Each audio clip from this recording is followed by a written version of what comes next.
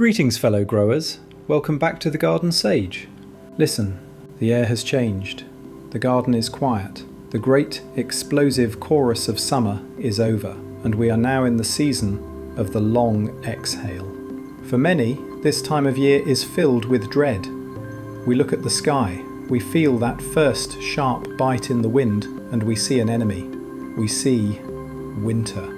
A force that is coming to destroy the hard work and the beautiful life we've spent 8 months building.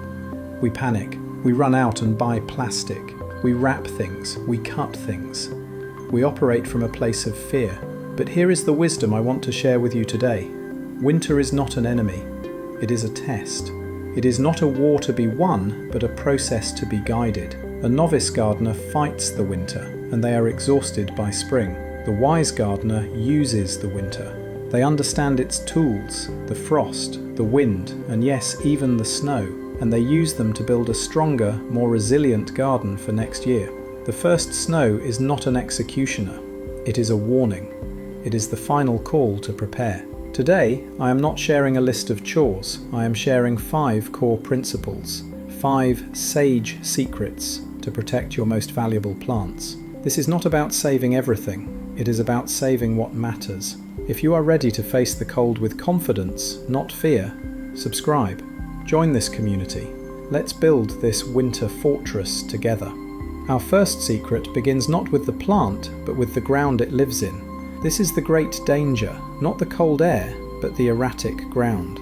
The real killer, the one that destroys roots and heaves plants out of the earth, is the freeze-thaw cycle. The sun warms the ground during the day. It thaws. At night, it freezes solid. This expansion and contraction, it tears the fine, delicate roots of your perennials and shrubs. The sin? The novice thinks mulch is to keep the ground warm. The wisdom? Winter mulch is used to keep the ground frozen. Once the ground has already frozen hard, after the first deep frost, your job is to keep it that way. You want consistency. Shredded leaves, straw, pine needles. After the ground is frozen, apply a thick 4 to 6 inch blanket. This is not a blanket for warmth, this is an insulating blanket. It shields the soil from the winter sun, preventing the thaw. You are creating a stable, frozen environment where your plant's roots can sleep peacefully, untorn and undisturbed, until the true, consistent thaw of spring. The second secret: the most dangerous part of winter is not the cold. It is the wind. Look at this beautiful evergreen. Its mistake?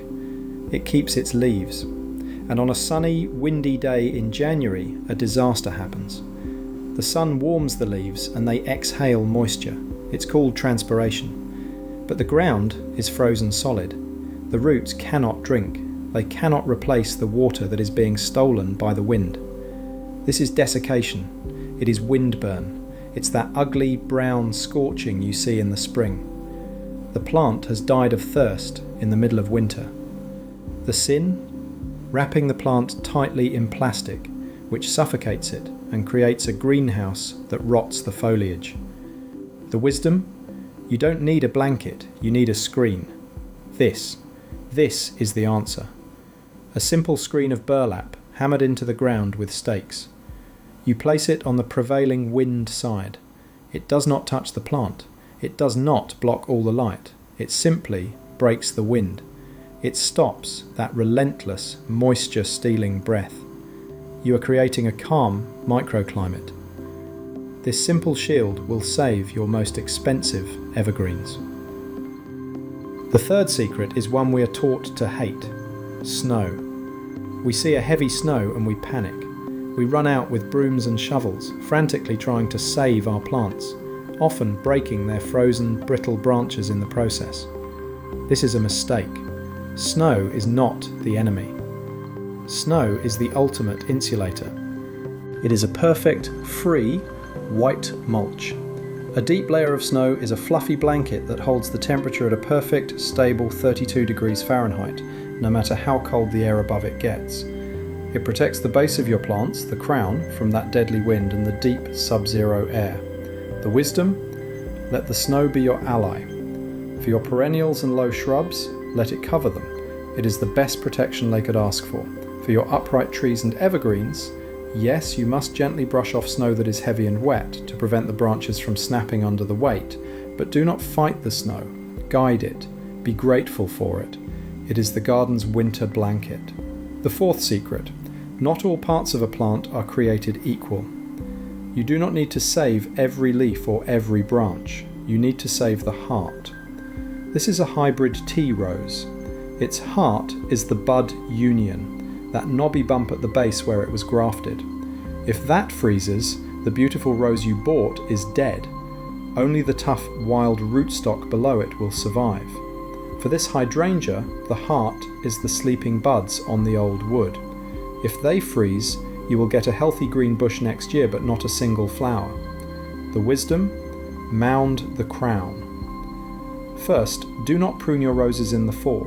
Those tall canes are a signal to the plant. Pruning now encourages new growth that will just be killed. Instead, we mound. We take rich, loose compost, shredded leaves or pine straw, and we build a mound 10 to 12 inches high, right over the centre of the plant. This airy, dry mound protects the graft. It protects the sleeping buds. It is an armour for the heart. In the spring, when the danger has passed, we pull this mound away. This simple 2-minute act is the difference between a garden of flowers and a garden of green sticks. The final secret, and perhaps the most expensive mistake I see: this. A plant in the ground has the entire mass of the earth to insulate its roots. A plant in a pot is exposed from the top, the bottom, and all four sides. A pot in winter is an ice cube tray for roots. It will freeze solid, far colder and faster than the ground. And even worse, this beautiful terracotta, it is porous. It absorbs water, it freezes, it expands, and it shatters. A $200 pot gone. The wisdom: a pot is not a home, it is a vehicle.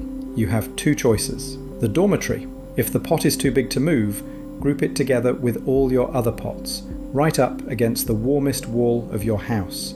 Huddle them together. They will share warmth and block the wind. The garage: this is the best way. Simply move the pot into an unheated shed, a cold garage, or a basement. It does not need light, it is dormant. It just needs to be protected from that wind and the non-stop freeze-thaw cycle. The garden is not dead, it is sleeping, and our job as its keepers is not to fight the winter. It is to facilitate that deep, necessary rest. To protect the roots with mulch, to shield the leaves with a screen, to mound the heart, to shelter the exposed, and to accept the snow as the gift that it is. Do these 5 things, and you will not survive the winter. You will have mastered it, and the garden that wakes up for you in the spring will be stronger, healthier, and more grateful than ever before. Thank you for joining me in the garden today. What is your biggest winter worry? Is it your roses, your evergreens, the wind? Let's share our preparations in the comments below. Until next time, be well and rest easy.